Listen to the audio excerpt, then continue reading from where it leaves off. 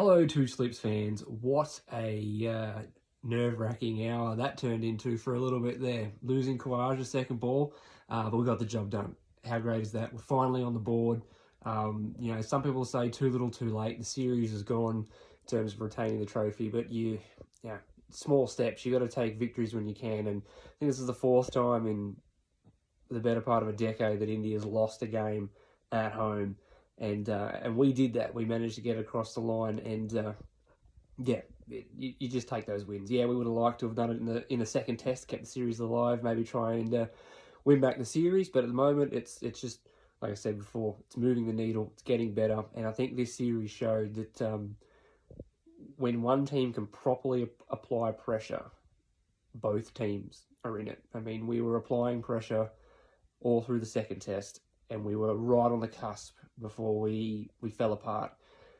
When we can apply pressure over a longer period of time to the Indians, we've kept ourselves in the game. I mean, even that first test, we only put 177 on the board. Yeah, we were Rohit Sharma and then a tail end partnership away from being in the game.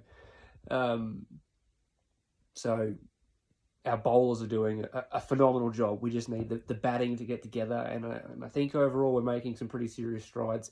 I'm loving the fact that Travis Head's been at the top. I've been talking about it basically since the Boxing Day test, considering Travis Head at the top of the order. What a great innings that was. He saw off. I don't know. I don't understand Indian wickets enough to know why, but they always seem to just have a little bit more in it for the spinners really early on.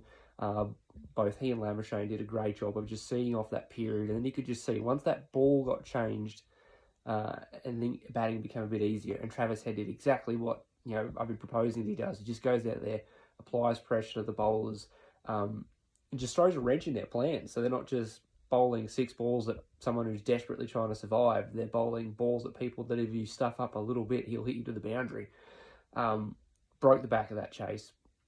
Deserved 50 for it, but take the win. So well done. Well done to everyone there. I thought Stark was excellent in the few times that he managed to get on the field and have a bowl.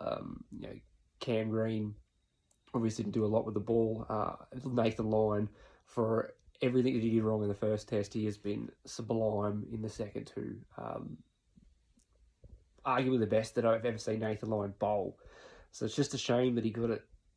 He was just off in that first test. Could have made an even bigger difference than sort of Murphy almost playing a lone hand. But got it all to play for now, heading forward into the fourth test. Leveling the series would be great, and then put some pressure on the Indians. The Sri Lankans then are well within the fight to make the World Test Championship final, which would be a great.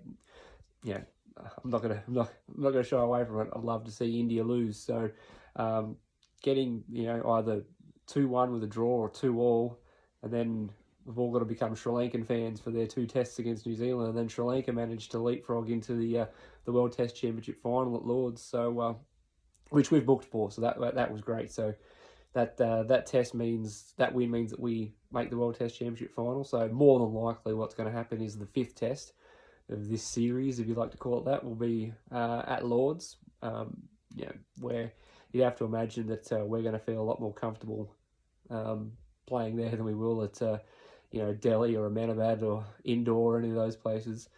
So well done, like a real big watershed moment almost for the Australian cricket team. It all sort of started to come together. There's still some things that we need to work on with the batting unit. I mean, it's hard to have too much criticism of the batting unit in conditions that difficult for batting. But I do think that we missed a bit of an opportunity yesterday just to be a little more assertive with the bat when Cam Green and Pete Handscomb were out there, put a bit more pressure on.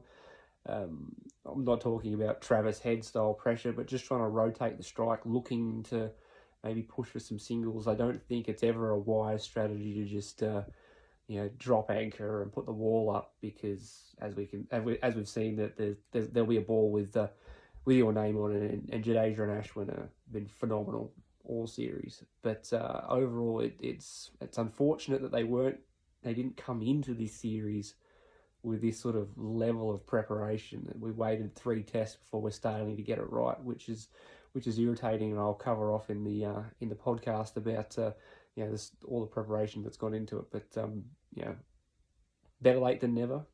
It's now 2-1. All to play for. I think I said in the preview episode of the podcast that we'd absolutely take a 2-2 draw. I mean, my predictions were 3-1, so absolutely take a 2-2 draw. But a bit of momentum, and it's a big turnaround. It'd have to be humbling for the Indians, knowing just how badly they've beaten Australia in the last couple of games, for it to be turned around and have happened to them. So they know this Australian team is no joke. That if they don't execute their skills, and this is probably the test where India didn't really execute their skills very well. If they don't execute their skills, Australia will walk up and give them a bloody nose. And so we've finally returned serve. It's not necessarily a dead rubber, but the series is, they've retained the trophy, so the pressure's off a little bit. But India are proud. They're not going to want to drop any games at home, especially to us. So it's really good work from the boys. Very, very happy, very impressed. I hope this momentum rolls on. I'm not sure how Pat's going in terms of his situation at home, whether or not he's going to make it over for the 4th test.